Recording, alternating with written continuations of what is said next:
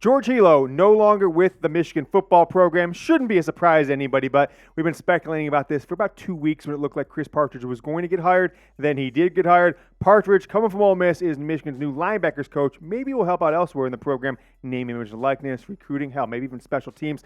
But George Hilo, no longer with the Michigan football program. They're calling it a mutual parting of ways, which I think is just a nice way of saying he got fired, but lets him save face so he can go pursue other opportunities in coaching. And you can pursue more opportunities in keeping yourself looking good with Manscaped.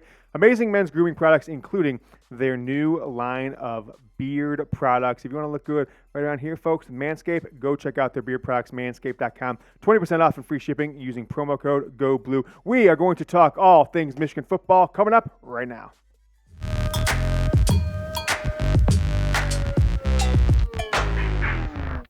A lot of you guys told us last week you liked the show and you'd recommend it to a friend. So this is the time, trying something a little different. If you like the show and you want to help us grow to a bigger audience, a bigger fan base of Michigan football fans, go ahead and help us share today's video on Twitter. I want to see how many of you guys can help us spread the gospel, some little grassroots marketing. So if you see that little share icon right below the video on YouTube, click the share button.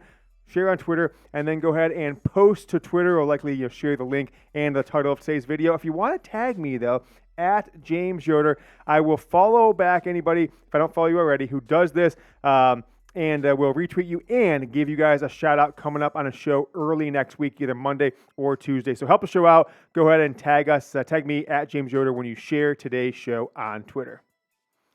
You are watching the Michigan Football Report by Chat Sports. As always, I am your host, James Yoder. I put out a mailbag call a couple days ago. Was going to film this Wednesday. Decided to put out a YouTube short. So we're doing our mailbag today here on Thursday. Let's jump into the first question. Colin Faith says, how has the Matt Weiss situation affected recruiting? We don't have to stay on this one too long. It really hasn't, because he wasn't that great of a recruiter from everything we've understood for his 2 years with Michigan. He's facing some criminal issues. We don't know how that's going to shake out, but I think when things all kind of clear, whether he ends up, having some sort of big criminal activity or whatever, I don't know how that's going to go. But I bet he will eventually, end up in the NFL, probably with the Ravens again, after he maybe takes a year off to deal with this outside legal issue that ultimately cost him his job with the University of Michigan.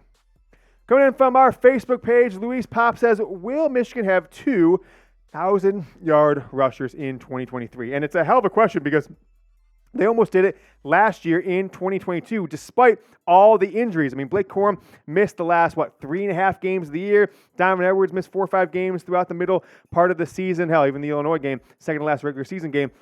1,463 yards for Corum, 991 for Donovan Edwards. You see where they're averaging nearly 6 and just over 7 yards per carry, and 25 rushing touchdowns between the two of them.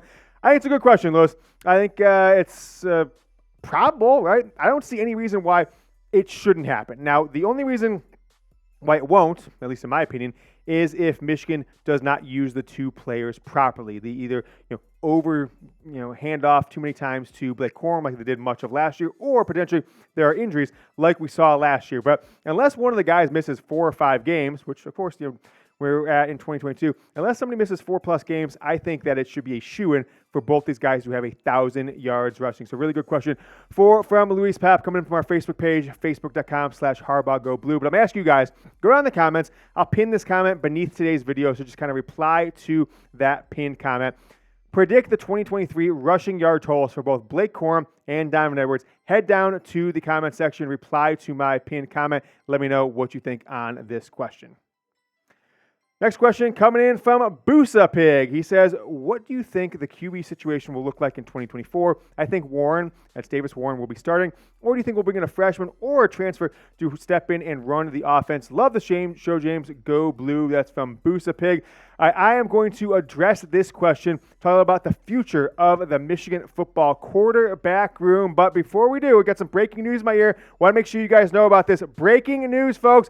Manscaped is now selling beard products. That's right. Our friends at Manscaped, today's presenting sponsor, have gone from the Balls Mafia to the Beard Mafia in 2023 to keep you well groomed from head to toe with their brand new Beard Hedger Pro Kit. In this package, it all starts with the Beard Hedger. The cordless trimmer has a rotary wheel with 20 hair cutting links, all with one guard, so no more messy drawers full of extra add-ons. Sculpt your beard to a championship level this season with Manscaped, and tame your mane by going to manscaped.com for 20% off plus free shipping with promo code GoBlue. Folks, I have been using Manscaped for several years now. They've been working with the Michigan Football Report. I think this is year 3 at least with Manscaped. I love the products. I've got products from Manscaped in the shower, some gel, some shampoo, conditioner. I shave the body hairs with Manscaped. I trim with Manscaped. And now I'm keeping track of the face and my beard, keeping it nice and looking good with the new Manscaped beard products. Go check them out. Support the show. Manscaped.com. Use that promo code GoBlue, 20% off and free shipping. Let's get back to this question from Boosa Pig. It's interesting. Well, before I give my analysis, let's just kind of reset where we are at going into this season, right? JJ McCarthy, returning for his second year as a starter, third year in the program, is eligible for the NFL draft if he wants to after this season. Walk-on Davis Warren, who is now a scholarship player, at least for the spring. And then Indiana was going to be a 5th or 6th year guy. I think it was 18, 19, 20, 21, 20. I think it's going to be 6th year. Jack Tuttle, 2018 top 250 recruit coming over from Indiana, will be the third stringer backup. Maybe he'll stick around, be a graduate assistant after this season with Michigan. But it's really interesting. If JJ McCarthy is successful passing the ball this year, the raw physical talent and the hype and the name and everything he has going on, I bet that would propel him to be a first-round draft pick, or at least projected as a first-rounder as we get into the later parts of the season. He would seriously consider going pro, and if he's going to be a first-round pick and that's where the NFL shakes him out, I would expect him to go, although many people have speculated that, hey, McCarthy loves Michigan. He's getting so much NIL money. He wants to be around as long as possible. Yeah, that's all great until like a $35 million rookie contract comes calling, and you thinking about taking your history class or whatever class you're taking in college for another year when you could be laughing it up, making millions in the NFL. So we'll see how that shakes out.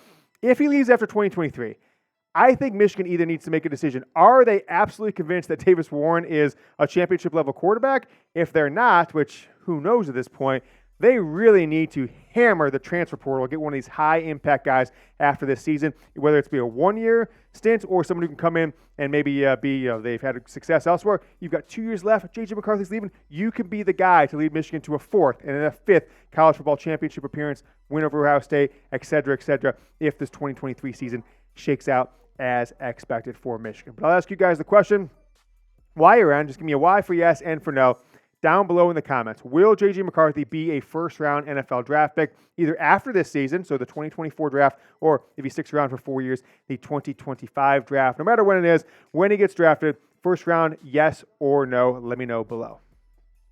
Stephen Goings, he's coming, he's going. When will we get Wi-Fi that works in the big house? Jack, why'd you do this? You knew this was going to happen. You knew it was going to trigger me, and it has. So Stephen says, I've been to a lot of stadiums that have capable Wi-Fi, so don't say it can't be done. Ours sucks. All right, listen up, Michigan. Listen up, Warde Manuel. Hell, Jim Harbaugh, my guy, Jim Harbaugh, it doesn't matter. You got to take an initiative here. It's 2023. ChatGPT is doing most people's jobs for them. No one's even worked anymore because of the AI. Tesla's got self-driving cars.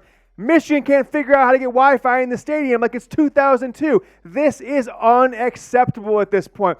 There is still no workable Wi-Fi at Michigan. And they made a big announcement in last summer, July of 2022. Oh, Michigan installs campus-wide 6G blah, blah, blah Wi-Fi. It's going to work at Chrysler Center, going to work at Michigan Stadium. It didn't. It was so embarrassing that Michigan actually sent emails out in the fall. It says, hey, we're going ticketless. You don't have to use ticket. Just use the Michigan app or StubHub or Ticketmaster, whatever. All digital tickets.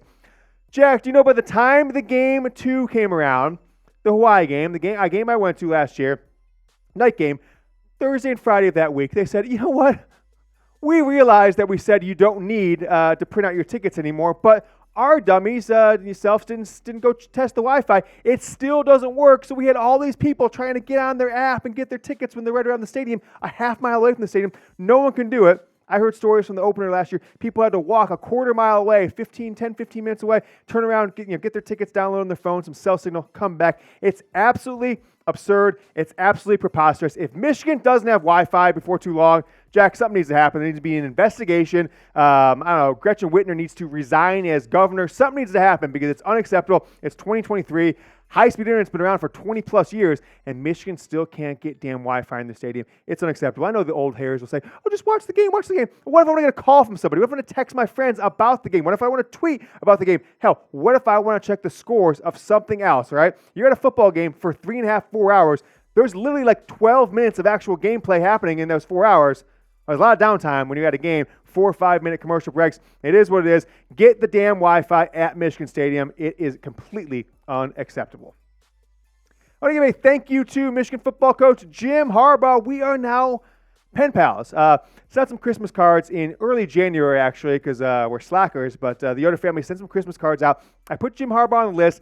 Card got sent, even though the person sending him, a family member, said, you know what, James, that's ridiculous. Don't send Jim Harbaugh a card. I don't send Jim Harbaugh a card. I want to wish him a Merry Christmas, Happy Holidays for the work he's been doing the last 2 years. And sure enough, when I opened the mail a couple days ago, a letter from the Michigan football program from Jim Harbaugh. And what does it say? Dear Yoder family, thank you for your card and best wishes for a happy new year. Go Blue, Jim Harbaugh, and people, the haters on Twitter. I put it on my Twitter account on Tuesday or Wednesday. They're saying, oh, that's just a printed card. I'm like, it's not, because it's fresh ink. And why would they have a machine that says Dear Yoder family? I mean, that makes no sense. I could see a stamp or something like that, but that's a completely handwritten card. And I matched the signature to Jim Harbaugh's signatures out there. So unless he's got an impersonator who just nails a signature, I think Harbaugh may have taken the 1 minute it took him to write out that card. So thank you, Jim Harbaugh. Sometimes you send these things out, you don't expect anyone to get them, receive them. Jim Harbaugh not only saw it, he wrote back and sent us a thank you card from official Michigan Stationery. So thank you so much to Jim Harbaugh. Guys, if you like the show,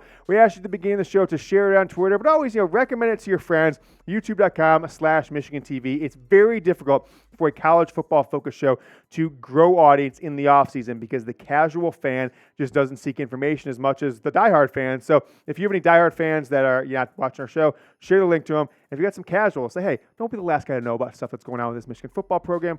Follow the Michigan Football Report. Subscribe on YouTube, youtube.com/MichiganTV. David Wright says, do you expect the offense to improve the passing game, better route running, better chemistry between JJ McCarthy and his receivers? Thanks. I don't know. I'd like to think so, right? But I'm kind of thinking about why wouldn't Michigan improve in the passing game? Well, why wouldn't they? It's because Jim Harbaugh thinks he's got the best 2 running backs in the country and a formula that's worked. Why would it? It's the year 2 jump from, system quarterback, game manager, which McCarthy was for a lot of 2022, to elite passer. I kind of think about going back to when Jim Harbaugh was at Stanford. He had Andrew Luck as a redshirt freshman in 2009 and then a redshirt sophomore in 2010. Now, Luck also played in 2011 with even better stats under David Shaw. But you see his stats, they're pretty pedestrian. As a starter, as a redshirt freshman in 2009, 2,575 yards, only 13 touchdowns to 4 interceptions. Stanford, a very run-heavy offense that year in 2009 with Toby Gerhart as the Heisman runner-up. Flash forward a year, they lose that running back. Michigan, unfortunately, not unfortunately, but fortunately, I guess, unfortunately for the stats maybe, but fortunately for the team, they get the running backs back. But Luck took a big jump in 2010, 3,338 passing yards. But how about those touchdowns? 32 touchdowns up from 13. That's a huge jump in just one season. Those numbers even got better when he came back for his redshirt junior year in 2011. JJ McCarthy, folks, must be a major threat in the passing game if Michigan is going to get over that hump of losing on December 31st, losing the semifinals, Georgia, TCU. I think it probably should happen. I don't know if Matt Weiss was the problem or what, but with Sharon Moore being the main guy on offense from a play calling perspective, and then Kirk Campbell allowed to just focus on J.J. McCarthy, I expect Michigan to get maybe not 32 touchdowns, but I do expect them to have a much more aggressive passing game, definitely in the red zone earlier on in the season. Put this up on the social medias a couple days ago.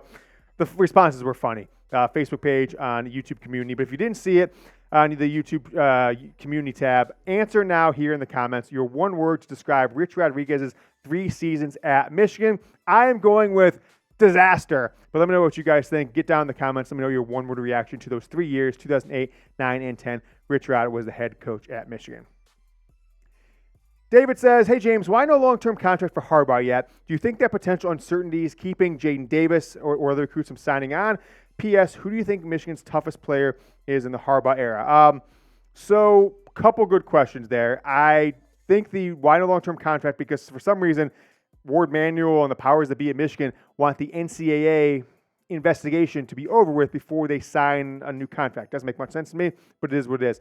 Number two, absolutely. I think it hurt Michigan's recruiting class in 2023 that was just signed a couple weeks ago and in December. And it's probably hurting with Jaden Davis, a five-star level quarterback who thinks he's 3 years away from going in, being a starting quarterback, going to the NFL. If you're 18 years old, he's probably 17 now, but going into his senior year next year, he thinks he leaves high school 3 years, millions of dollars, outside of NIL money. He wants to know who his coach is. He wants to know that coach's offensive philosophy. And frankly, Jim Harbaugh is skirted with the NFL, kind of flirted with the NFL the last couple of years. And on top of that, Michigan hasn't had an NFL quarterback development-friendly offense since Jim Harbaugh's been there. So those two things put together are certainly hurting Michigan with quarterback recruits.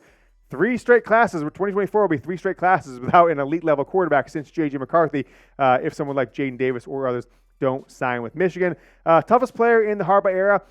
Good question. Maybe like Ben Mason or Aiden Hutchinson, potentially. Hassan Haskins, maybe even. I'm probably more giving credit to guys who played more recently. I might be forgetting a few guys from the 2015, 16, 17 time frame, but I'll go over those guys. Winovich, Haskins, Aiden Hutchinson, maybe some others that I might be missing right in there. Guys, if you have yet to do so, follow us on Facebook. We just hit 70,000 followers on the Facebook page. Link is down in the comments in the description of today's video, and you see it right there on screen, facebook.com/HarbaughGoBlue. We usually post, 7 to 10 things per week, maybe less than that in the off season, so we don't overdo it at all. We don't bombard you with content. But if you like what you see in the show, want to keep following us along on Facebook, it's facebook.com/HarbaughGoBlue. I will be back on Sunday with another Michigan football report, maybe Friday. We'll see if we have time tomorrow. If not, got a video for you coming up on Sunday. Until then, go Blue.